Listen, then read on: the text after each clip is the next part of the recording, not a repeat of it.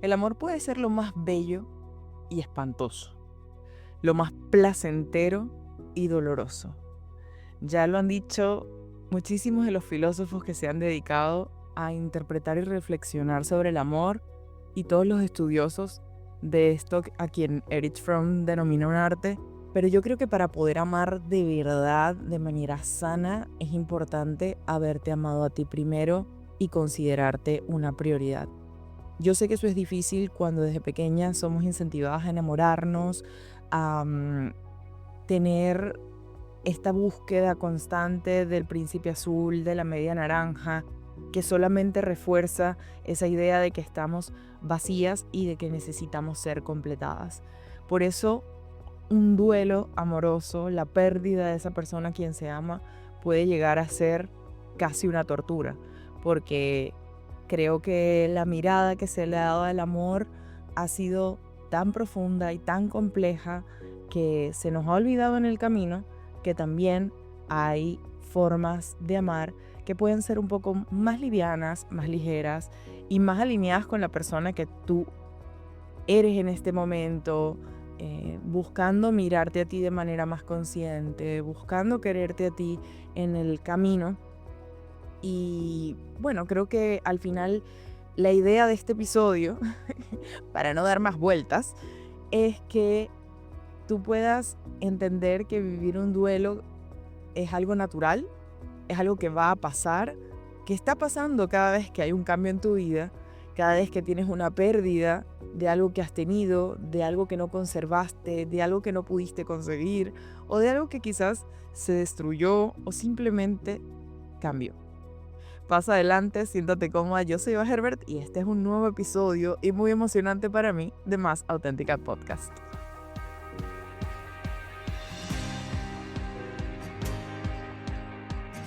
Les tengo que explicar antes de empezar a hablar por qué este episodio es tan importante para mí. Y es que no puedo creer que me haya tomado tantos episodios hablar de uno de mis temas favoritos, de uno de mis temas, además, de mayor conocimiento. Para quienes quizás no me siguen en las redes sociales o no conocen mi trayectoria desde hace varios años, el duelo es un tema que me apasiona. Y el duelo específicamente de pareja. Así que hoy vamos a hablar de esto y espero que el episodio no se vuelva tan largo porque es que me encanta tanto que, mira, por ahí me voy, como dice George Harris. Entonces, vamos a empezar por entender que el concepto de duelo, eh, muchas personas creen que se refiere a la muerte, al fallecimiento de un familiar. Es el primer pensamiento que quizás nos viene, ¿no? Pero creo que es importante resaltar que cuando hablamos de duelo podemos hablar de cualquier tipo de pérdida, una amistad, un trabajo, incluso podemos habernos mudado a una mejor casa, tener un hijo por primera vez o por segunda vez, o recibir un premio económico, un ascenso. E igual esto va a implicar en sí mismo un proceso de duelo porque hay un cambio, hay una pérdida. Y tú dirás, pero estas son cosas positivas, ¿no? Son cambios para un lugar mejor o un lugar distinto. Bueno, igual, aunque tú te mudes a un lugar mejor, tú estás teniendo una pérdida, la pérdida de tu casa anterior. Aunque tú estés teniendo un ascenso y ahora vayas a recibir mejores beneficios, pues el cargo que tenías antes ya no está. Y todo eso representa una pérdida que hay que procesar. Muchas veces no nos damos cuenta, pero nuestro cerebro está haciendo todo este trabajo por nosotros, aunque no le demos la atención que eso requiere. Entonces, creo que es importante entender que además ese duelo que tú estás viviendo va a tener dos aristas, ¿no? Eh, no solamente eso que viene y eso que perdiste, sino también lo que pierdes y la parte de ti que la pérdida se lleva.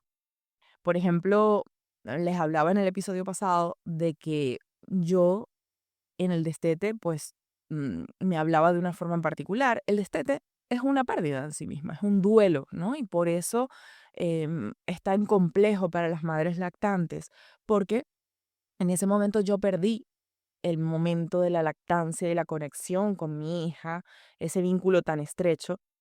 Pero, por otro lado, esa otra arista es que también dejé de ser la madre lactante para ella. Y eso también duele. Ese rol que yo ocupaba en su vida, ya no lo ocupo. Entonces, esto te va dando noción de por qué es tan complejo el duelo, porque no solamente perdiste algo y ya, sino que hay unas capas que no estamos viendo y que hacen que ese duelo se vuelva un poco más difícil de sobrellevar. Y mucha gente pregunta, ¿cuánto tiempo dura el duelo? Yo creo que esa es la pregunta que más me hacen las pacientes. ¿Cuánto tiempo me va a durar este duelo, doctor? ¿Hasta cuándo voy a estar así? Y bueno, muchos autores plantean que un duelo puede llevarse sanamente entre 6 meses y 2 o 3 años para lograr realmente una readaptación emocional. Y cuando hablamos de esto, hablamos de que los duelos son un proceso de adaptación. Y hay dos tipos de adaptaciones que nosotros vivimos en los duelos. Por un lado, lo que llamamos la adaptación cognitiva o intelectual es, ok, sé que esto está pasando, sé que me tengo que ir de la casa, sé que él se tiene que llevar las maletas con la ropa, sé que ya no lo voy a volver a ver en mi día a día, ok, esa es la adaptación cognitiva o intelectual, sé que ya no va a estar en mi vida, pero luego está la adaptación emocional, que es eso que uno no puede explicar o controlar, ¿ok? Porque hay emociones que estamos viviendo. Ese, pero ya han pasado 8 meses, o sea, ya él no está en la casa, o sea, no entiendo por qué yo me siento así. Es todavía ese proceso de adaptación que implica algo más profundo y que no podemos explicar necesariamente con palabras, pero podemos sentir. Y de ahí va a venir específicamente esa importancia que tiene el darte el chance de sentir lo que tú estás atravesando y viviendo al momento de pasar por un duelo.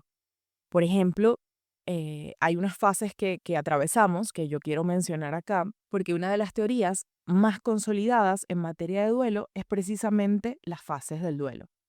Según la psiquiatra estadounidense Elizabeth Kubler-Ross, de quien yo hablo como si ella fuera mi mejor amiga, se especializó en materia de muerte y entonces ella lo que hizo fue una teoría en función de personas con enfermedades terminales en quienes ella se dio cuenta después de investigar, pasando horas en el hospital con estas personas, que también atravesaban un proceso de duelo. O sea, no solamente la persona que se quedaba viva, ¿ok? El familiar, etcétera, sino que la persona que está viviendo el saber que pronto se acaba su vida, pues atravesaba unas 5 fases. Ella se dio cuenta al hacer múltiples entrevistas a todas estas personas de que había algo en común en todos ellos y era precisamente el que atravesaban estas 5 fases que hemos conocido, hemos escuchado y que pues los psicólogos ahora extrapolamos a otras áreas de nuestra vida porque en realidad fue una teoría maravillosa. Yo por eso hablo de ella como si fuera mi amiga porque no solamente me parece que el trabajo que hizo fue magistral, sino porque yo me he apasionado tanto que me he dedicado a leerme libros de ella, a entender un poco la teoría. Y bueno, tanto para el libro que escribí como para las últimas 2 maestrías, yo me centré en estudiar el tema del duelo. Y bueno, básicamente las etapas que ella plantea son la negación, la ira, la negociación, la depresión y la aceptación, como esas 5 fases que vamos a estar atravesando. Entonces, en la primera que nosotros encontramos, ojo, no se dan en el orden que te las voy a decir, ni necesariamente se dan todas tal cual las voy a mencionar. Por eso creo que es tan importante permitirte sentir lo que sea que estés sintiendo una vez estás en un proceso de duelo. Entonces, em, la primera es la negación, que es cuando yo no puedo aceptar que lo que pasó, pasó. El típico, la persona te dice que van a terminar y tú lo primero que dices es no, no puede ser. Esto no me puede estar pasando a mí. Y tú, obviamente, quieres tener otra conversación, hablar con esa persona, y ahí empezamos a hacer cosas que tratan de reparar lo que quizás ya no se puede reparar en esta etapa de la negación. Luego viene la etapa de la ira o enfado, que para mí es una etapa bien delicada porque hay que prestar atención, porque usualmente la ira encubre una tristeza que realmente tenemos, esa tristeza de la pérdida. Y cuando nosotros sentimos ira, es una emoción que tiene una función para todas las que, paréntesis, para todas las que han visto intensamente o Inside Out, sabrán que anger o ira aparece precisamente cuando sucede una injusticia. Entonces, esta emoción viene a decirnos que es injusto que la relación esté terminando. Y esa emoción no gestionada adecuadamente puede hacer, número uno, que yo me vengue de la otra persona, Es decir, el típico fui, le rayé el carro, fui, me aparecí donde estaba con la nueva novia, le mandé un texto horrible donde le dije hasta del mal que se iba a morir, etcétera. Y la segunda parte o el segundo aspecto que puede lastimarnos es cuando esa ira se viene hacia adentro, hacia nosotras mismas, en forma de culpa. Cuando yo empiezo a responsabilizarme de todo, es que terminamos por esto, por esto, por esto, porque yo hice esto, porque yo dije esto, si yo no hubiese dicho esto otro, si quizás yo hubiese hecho esto de forma distinta. Y al final no estamos hablando en tiempo presente, sino que estamos como muy anclados al pasado y en condicionales de cosas que pudieron ser, pero no fueron. Y aquí es importante tener cuidado con esa ira que viene hacia adentro en forma de culpa, porque es válido molestarse, ¿ok? Es válido que esto te duela profundamente y es válido sentir culpa, pero tenemos que tener cuidado con cómo nos relacionamos con esa culpa y con esa ira, que es preferible no expresar ni a la otra persona de forma abierta, sino siempre pasando por la asertividad y tampoco eh, hablándonos mal, ¿ok? Tratándonos de una forma que es desagradable. Y si no sabes cómo hacerlo, pues te recomiendo el episodio anterior de Sostenerte a ti, donde pues te enseño un poco cómo hablarte de manera compasiva. Luego tenemos la fase de pacto o negociación, que es mucho menos común, pero básicamente allí intentamos buscar una solución, intentamos ver qué puedo hacer para mejorar aquello que este, está pasando, cómo puedo adaptarme a esta nueva rutina, qué de diferente puedo hacer en mi día a día para entender que ya esa persona no está. Intento buscar soluciones al malestar que estoy sintiendo eh, y no necesariamente respondiendo al malestar, sino me pongo a ocuparme, ¿ok? Luego está la fase de depresión o dolor emocional, que puede básicamente cursar en una depresión si yo no la atiendo, si yo no me valido y me permito hablar y decir todo lo que tengo que decir. ¿Y por qué se llama depresión? Porque básicamente nosotros atravesamos de manera sutil o de manera intensa algunos de los síntomas que se viven cuando tenemos una depresión. Me cuesta levantarme de la cama, no quiero bañarme, me siento triste, la energía que tenía ya no la tengo, las cosas que me daban placer ya no me dan tanto placer, me aíslo un poco. Entonces, por eso hay que tener tanto cuidado, porque si yo sostengo estos síntomas en el tiempo, puede cursar en una depresión, como decía. Y por último, la fase a la que todos queremos llegar, que es la aceptación. Y la forma que a mí me encanta definirlo, la más coloquial, es cuando ya esa persona no te da ni frío ni calor. Es decir, ya no hay una vinculación emocional dolorosa con la persona. Yo puedo hablar de la persona sin necesariamente vivir todas las emociones que yo mencionaba anteriormente. O sea, yo puedo decir, mira, yo tuve un ex, él era así, así, así, él formó parte de mi vida en el año tal, yo lo quise muchísimo, él debe estar muy bien, la verdad no tengo ni idea, pero hemos seguido cada quien con su vida. E incluso en esta etapa te encuentras con tu ex y oye, no sientes ansiedad, no te da nervios, no te da esa cosquillita en la barriga y tú dices como, pero yo podría ser amiga de esta persona. Y bueno, ojalá y todas podamos llegar a ese estado, a ese momento en el que pues un ex te genera o una ex te genera esa sensación, ¿no? De que ya no importa tanto. Y una metáfora que a mí me gusta usar es el tema de la pieza del rompecabezas. Pero al cabo de unos años es que podemos ver en perspectiva que aunque nosotros podamos sentir nostalgia de lo que fue, entendemos que la persona no está ni va a estar. De hecho, Worden, que es uno de los teóricos que también me gusta mencionar cuando hablamos del duelo, menciona el recolocar emocionalmente a los fallecidos, ¿no? A las personas que perdimos. Entonces, básicamente, cuando lo extrapolamos al tema de el duelo amoroso, es poner a la persona en esa parte de nuestra vida donde tiene que ir, ¿no? Es encajar esa pieza de rompecabezas donde va. Y sé que no es cosa fácil, pero a veces también nos hacemos el proceso más difícil.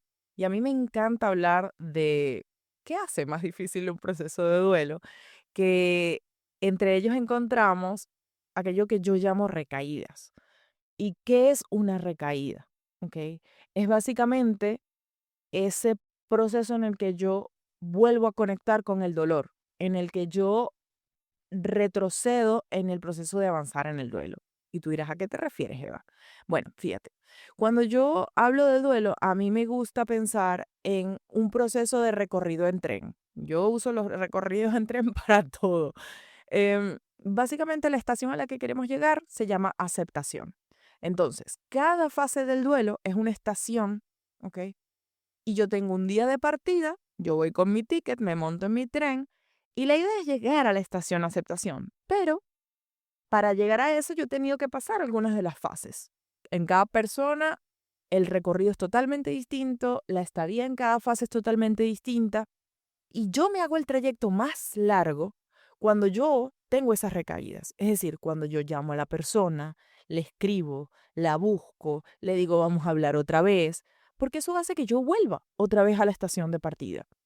Entonces, creo que es importante visualizarlo así gráficamente porque eso nos ayuda a decir, oye, mira, yo tengo mi ticket de partida, ya la relación terminó, yo me voy a la última estación, que es la número 5, que es la de aceptación, y en el camino voy a encontrar siempre tentaciones. O sea, tú siempre vas a encontrar una historia que te mandaron de Instagram, de él en una fiesta, una amiga que te dice, ay, yo me lo encontré en tal centro comercial y estaba con una chica, una historia que te aparece de la nada, un post que te aparece de la nada con su nueva vida, una llamada que suena o incluso un recuerdo que te viene a ti de la mente o un sueño que tuviste y que son totalmente normales. O sea, que tú sueñes o pienses en tu ex es totalmente normal cuando estamos atravesando el proceso de duelo. E incluso puede que ahora mismo que yo te lo esté mencionando, tú recuerdes a tu ex. Es totalmente normal. Creo que es importante normalizarlo porque muchas veces tendemos a recaer precisamente porque pensamos, ah, bueno, entonces si yo soñé con él, si yo estoy recordándolo, es porque no lo he superado, déjame ir donde él, déjame llamarlo. Y no es así. Entonces, creo que es importante tomar como parte normal del proceso del duelo a las recaídas. Son importantísimas. De hecho, en mi libro diario de un duelo están en el día 7, en el día 14 y creería que antes del día 21, porque son parte del proceso. Y yo creo que el asumirlo nos ayuda a no culpabilizarnos, porque de repente los llamamos, eh, no sé, le escribiste en un arranque, todo eso es válido y forma parte del proceso. Ahora bien, recuerda que cada vez que haces eso, el tren empieza a retroceder y eso tiene un costo emocional. Entonces, creo que el entender estas recaídas como parte del proceso nos va a ayudar y otras cosas que podemos entender como parte del proceso también es el idealizar a la persona perdida.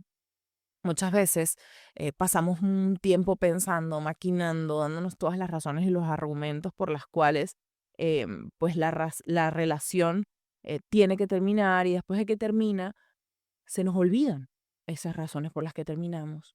O sea, de repente empiezo a pensar, oye, pero él era tan guapo, era tan trabajador, era tan chévere y se te olvida porque pues muchas veces dependiendo de nuestras características de personalidad, de la formación que hemos recibido, del input de la cultura, ¿no? Estas películas y estas novelas románticas, pues nos llevan un poco a fantasear, ¿no? Y se nos puede olvidar que esta persona, por alguna razón, tomamos la decisión de terminar, ¿no? O esa persona nos terminó. Entonces, creo que el hacer tu listita de razones por las que terminé esta relación te va a ayudar a tener presente cada cierto tiempo ya va, yo terminé esta relación por esto, déjame no volver allí, ¿no? Y muchas veces cuando estamos en terapia, nuestra psicóloga es la que se convierte en ese recordatorio de qué fue lo que pasó para no volver, ¿ok?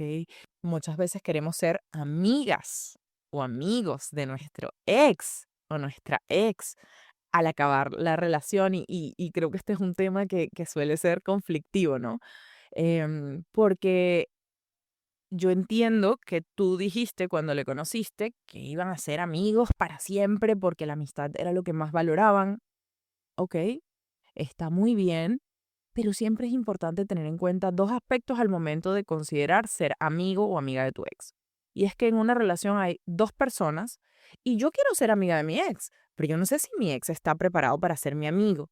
Entonces, estamos los dos listos para ser amigos y en muchas oportunidades en las que se da esto de la amistad del ex o la ex, es porque ha pasado un tiempo, ha transcurrido un periodo de tiempo en el que ambos hemos trabajado nuestras heridas, hemos sanado y ambos ya llegamos a la estación de la aceptación. Nuestros trenes ya partieron en caminos opuestos y cada quien ya llegó. ¿Ok? Entonces, cuando ambas partes ya están tranquilas con el hecho de estar separados, pues, oye, mira, es normal que uno pueda reconectar, o sea, es algo que puede pasar, que de repente yo pueda volver a hablar contigo, que quiera tomarme un café, siempre y cuando la sexualidad no esté involucrada. Y aquí vamos con el segundo aspecto, que es básicamente para poder ser amigo de un ex, para poder ser amigo de alguien en general, el aspecto sexual tiene que estar sublimado. ¿Qué significa esto, Eva? Que tú no puedes tener deseo sexual hacia la otra persona. Esas ganas de estar con esa persona tienen que haberse ya eliminado o desaparecido o borrado o descartado. Es decir, tú tienes que genuinamente querer compartir con esa persona y saber que si tú estás en una misma cama con esa persona, tú no vas a hacer absolutamente nada más que dormir o hablar, ¿ok? Entonces, creo que el hecho de entender esto nos puede ayudar porque también recordemos que, oye, tienen los mismos intereses, ustedes se parecen en algo, algo les llegó a gustar al uno y al otro, em, que hizo que fueran pareja. Entonces, es normal que en algún punto haya personas que pues consideren volver a ser amigas de esa persona con la que tuvieron una relación, siempre y cuando lo sexual no forme parte del vínculo. Entonces, em, ¿qué es eso que yo puedo hacer para seguir adelante, para pues, dejar atrás? Porque tú me estás diciendo las fases del duelo, Eva, pero, ajá, ¿cómo sigo adelante? Y a mí me encanta mencionar las tareas de Worden, este autor que mencionaba anteriormente, porque él básicamente nos plantea una serie de ejercicios que toda persona que atraviesa un duelo debe pasar. Y en primer lugar, él plantea aceptar la realidad de la pérdida. Lo que hablábamos, ¿no? Es llegar a esa última estación del tren donde entendemos que la persona ya no está, ya no va a estar. Y a veces le podemos hacer una carta de despedida a esa persona. Empezar a decirle adiós a aquello que implicaba esa persona. De hecho, ese es uno de los ejercicios en el diario de un duelo porque me parece que es maravilloso, ¿no? El hecho de volcar en el papel, sentarte a escribir el adiós, la despedida. Y si tú no estás lista para hacer esa carta, pues eso va hablando de cuánta aceptación tú tienes de esa pérdida. En segundo lugar, plantea trabajar las emociones y el dolor que implica la pérdida. Y eso implica reconocer que estás sintiendo. Y aquí yo quiero hacer un paréntesis de que se pueden vivir varias emociones a la vez, porque muchas veces no entendemos por qué yo me río y por qué voy a una fiesta y celebro y me alegro y de repente llego a mi casa y estoy llorando y me siento súper triste y siento rabia. Bueno, porque puedes tener ambivalencia. Nosotros podemos tener varias emociones a la vez, agradables y desagradables, conviviendo en una misma etapa vital. Entonces, creo que es importante que puedas empezar a identificarlas en tu cuerpo. Busca en Google em, cuál es esa lista de emociones que existen y empieza a ponerle nombre a aquello que estás sintiendo. Incluso puedes escribirla en un diario de emociones, pero empezar a validar aquello que tú sientes y gestionar aquello que tú sientes es importante. En tercer lugar, adaptarse al medio donde Warden decía que es donde el fallecido está ausente. Y aquí, lamentablemente, cuando hablamos de rupturas amorosas, esta es una frase fuerte que yo escuché en un seminario de una colega, es que el cadáver sigue vivo, sigue caminando por ahí. O sea, lamentablemente, aunque tú perdiste a alguien, esa persona sigue estando y eso hace más difícil el proceso de adaptación a la pérdida, porque es adaptarnos a que en nuestra vida ya esa persona no va a estar, aunque existe. Empezar a hacer una nueva vida que involucra una nueva rutina, oye, ¿qué voy a hacer los viernes cuando antes yo los viernes iba con él a probar un nuevo restaurante, cuando los domingos hacíamos brunch, cuando los sábados era de pasarlos en la casa limpiando y ya esa persona no está en esa rutina. Entonces, poder hacer tu vida sabiendo que en esos días que tú tenías asignados para hacer tales planes y donde había tales hábitos, ya esa persona no está.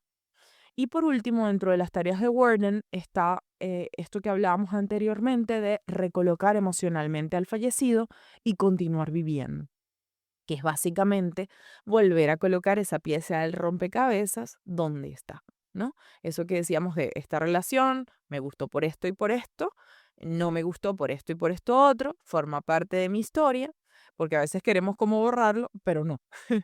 A mí lo que me encanta de estas tareas que Warden mandaba es que él básicamente veía el duelo como un proceso activo. Es decir, tú estás siempre haciendo algo. Y eso es lo que me encanta de esta teoría, porque al final la responsabilidad no está puesta en el afuera. Es que él me llamó, es que él llegó a mi casa y me trajo unas flores. No, es que el duelo no es lo que te pasa, sino lo que tú haces que te pase. Y desde ese lugar yo asumo la responsabilidad de vivir mi duelo como yo quiero, de hacer ese recorrido con lo que yo considero que tengo, con las herramientas que puedo tener en un momento y buscar ayuda si es necesario. Entonces, ¿qué es importante en el proceso de duelo? ¿Qué te podría recomendar si estás pasando por esto? Háblalo todas las veces que sea necesario. Si no te quieren escuchar, entonces tú vas y te grabas en una nota de voz de tu teléfono, escribes en tu diario, haces tu diario de un duelo. A mí escribir me salvó, porque yo estaba viviendo un duelo migratorio mientras estaba viviendo un duelo de pareja y la verdad es que escribir fue el resultado de ese libro que luego escribí porque yo no tenía mi familia, no tenía mi cama de siempre, no tenía mi arepita, o sea, siempre digo que no tenía esas cosas que uno tiene. em, Estaba viviendo la pérdida del país en el que viví siempre y aparte, en la persona con la que estaba, pues terminamos. Entonces, básicamente, bueno, terminé. Básicamente, él me ayudó muchísimo al escribir y yo escribía todo lo que pasaba y las invité a mis beauties, a mi comunidad, a acompañarme en ese proceso del diario de un duelo y juntas escribimos por 21 días nuestros diarios y de hecho Camila, que es el nombre anónimo eh, que recibe una beauty que nos mandó su diario de un duelo, está reseñado en nuestro libro. Y ahí mostramos cómo es el recorrido, cómo ella lo vive, cómo se vive teóricamente, porque a veces no se siente y no se vive como un duelo.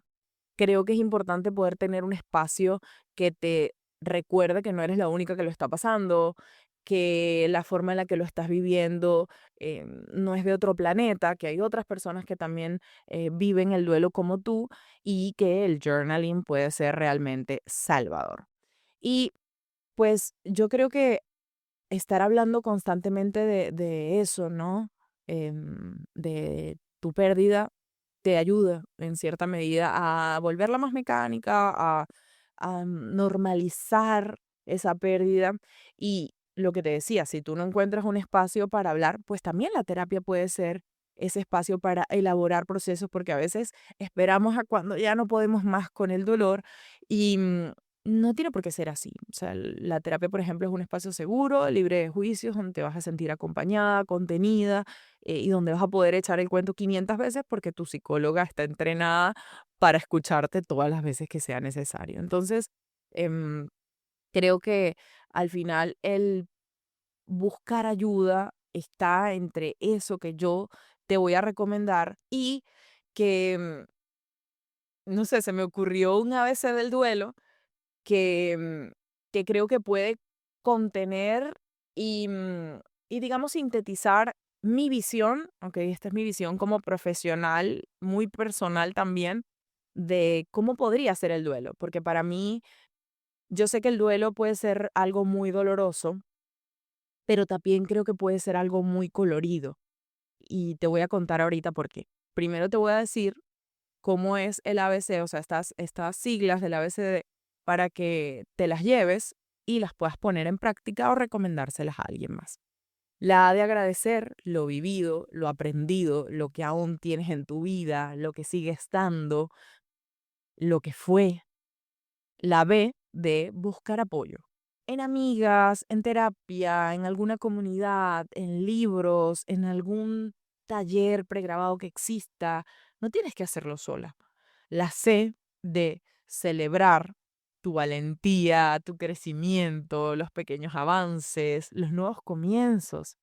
Y la D de despedir, de cerrar ese ciclo con amor y permitirte avanzar sin arrastrar el pasado, de darte el chance de decirle adiós a tu ex. Y decía que a mí me gusta ver el duelo como algo colorido también, y de hecho por eso la portada de mi libro es rosada con azul, y cuando